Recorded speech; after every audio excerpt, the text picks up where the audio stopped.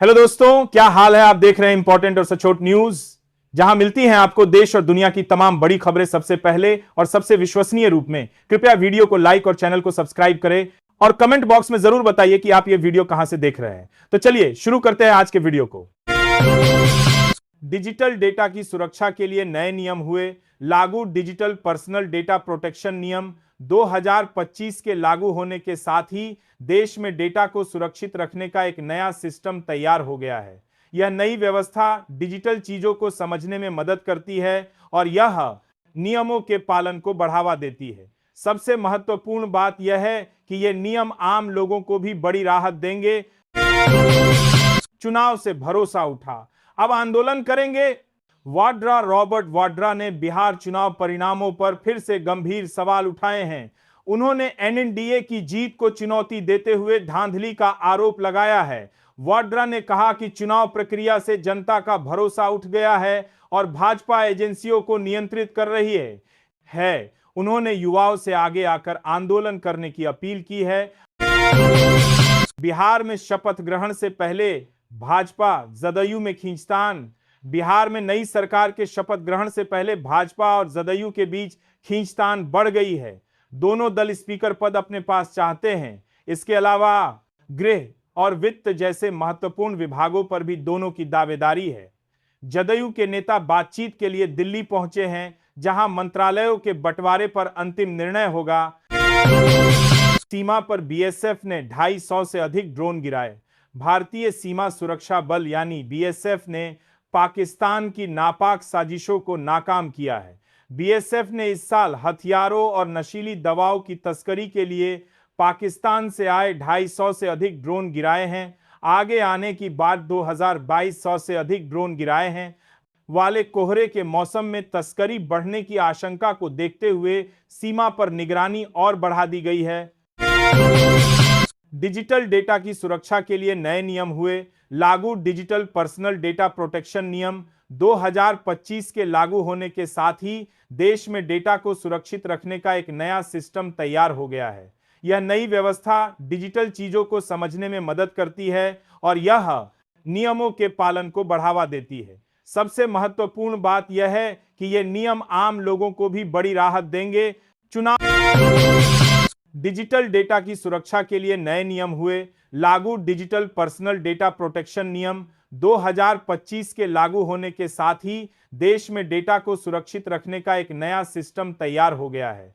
यह नई व्यवस्था डिजिटल चीजों को समझने में मदद करती है और यह नियमों के पालन को बढ़ावा देती है। सबसे महत्वपूर्ण बात यह है कि यह नियम आम लोगों को भी बड़ी राहत देंगे।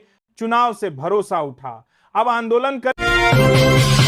डिजिटल डेटा की सुरक्षा के लिए नए नियम हुए लागू। डिजिटल पर्सनल डेटा प्रोटेक्शन नियम 2025 के लागू होने के साथ ही देश में डेटा को सुरक्षित रखने का एक नया सिस्टम तैयार हो गया है। यह नई व्यवस्था डिजिटल चीजों को समझने में मदद करती है और यह नियमों के पालन को बढ़ावा देती है। सबसे महत्वपूर्ण बात यह है कि यह नियम आम लोगों को भी बड़ी राहत देंगे। चुनाव से भरोसा उठा। 1 करोड़ का इनामी खूंखार नक्सली हिडमा मारा गया।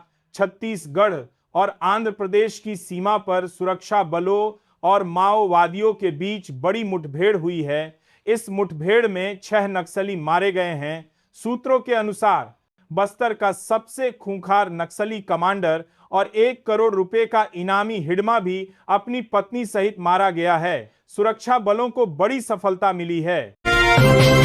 दिल्ली के न्यायालयों को बम से उड़ाने की धमकी। राजधानी दिल्ली के साकेत न्यायालय समेत 3 न्यायालयों और 2 स्कूलों को बम से उड़ाने की धमकी मिली है। सूचना मिलते ही साकेत न्यायालय परिसर में भारी संख्या में पुलिस बल तैनात कर दिया गया और परिसर को खाली कराया गया। सुरक्षा एजेंसियां रोहिणी और पटियाला हाउस न्यायालय में भी तलाशी अभियान चला रही हैं। WTC फाइनल की राह भारत के लिए बेहद कठिन। विश्व टेस्ट चैंपियनशिप के फाइनल में भारत के पहुंचने की राह अब बेहद चुनौतीपूर्ण है। टीम का मौजूदा अंक प्रतिशत 54.17% है, जो फाइनल के लिए पर्याप्त नहीं है। फाइनल खेलने वाली टीमों का अंक प्रतिशत आमतौर पर 64 से 68% के बीच रहता है। 8 टेस्ट में 3 हार के बाद भारत की स्थिति संकरी हो गई है। 26 हमलों में शामिल टॉप कमांडर हिडमा ढेर सुरक्षा बलों ने नक्सलवाद विरोधी अभियान में बड़ी सफलता हासिल की है। 26 नक्सली हमलों में शामिल कुख्यात कमांडर माडवी हिडमा सहित 6 नक्सली मारे गए हैं। यह मुठभेड़ आंध्र प्रदेश, छत्तीसगढ़ और तेलंगाना की सीमा पर हुई। पुलिस को नक्सलियों के छिपे होने की सूचना मिली थी, जिसके बाद सर्च ऑपरेशन चलाया गया। दिल्ली के न्यायालयों और स्कूलों को बम की झूठी धमकी। राजधानी दिल्ली में आज सुबह 4 न्यायालयों और 2 स्कूलों को बम से उड़ाने की धमकी मिली। यह धमकी जैश ए मोहम्मद के नाम से ईमेल के जरिए भेजी गई थी। सूचना मिलते ही दमकल और पुलिस बली सूचना मिलते ही दमकल और पुलिस बली सूचना मिली। दमकल और पुलिस बली सूचना मिली में भारत देख रहे हैं। दमकल और पुलिस बली, दमकल और सूचना मिली, दमकल और पुलिस मौके पर पहुंचे और जांच की। जांच के बाद पता चला कि यह धमकी झूठी थी और कोई भी संदेहास्पद वस्तु नहीं मिली। बिहार में नई सरकार के लिए 5 साल कठिन। बिहार में नीतीश कुमार की नई सरकार के सामने अगले 5 साल चुनौतियों से भरे होंगे। सरकार को रोजगार, शिक्षा और महिला सशक्तिकरण जैसे चुनावी वादों को पूरा करना है। प्रशासनिक स्तर पर 1 करोड़ नौकरियों के वादे को निभाने और पलायन को रोकने के लिए मसौदे तैयार किए जा रहे हैं। रणवीर की फिल्म धुरंधर का ब्लॉकबस्टर ट्रेलर जारी। अभिनेता रणवीर सिंह की बहुप्रतीक्षित एक्शन थ्रिलर, रणवीर सिंह की बहुप्रतीक्षित एक्शन थ्रिलर, रणवीर सिंह की बहुप्रतीक्षित एक्शन थ्रिलर, रणवीर सिंह की बहुप्रतीक्षित एक्शन थ्रिलर। यह ट्रेलर बेहद रोमांचक और खौफनाक है। फिल्म में रणवीर के साथ आर माधवन, अक्षय खन्ना और संजय दत्त जैसे बड़े सितारों ने अभिनय किया है। निर्माताओं को उम्मीद है कि यह फिल्म बॉक्स ऑफिस पर नया कीर्तिमान स्थापित करेगी। नोएडा में भंगेल एलिवेटेड रोड का ट्रायल शुरू। नोएडा प्राधिकरण ने आगाहपुर से एनएसआईजेड तक भंगेल एलिवेटेड रोड को ट्रायल के लिए खोल दिया है। इससे ग्रेटर नोएडा और आसपास के हजारों निवासियों का सफर अब आसान हो जाएगा। हालांकि किसान नेता बीसी प्रधान ने आरोप लगाया है कि रोड खोलने से पहले उन्हें नजरबंद कर दिया गया था।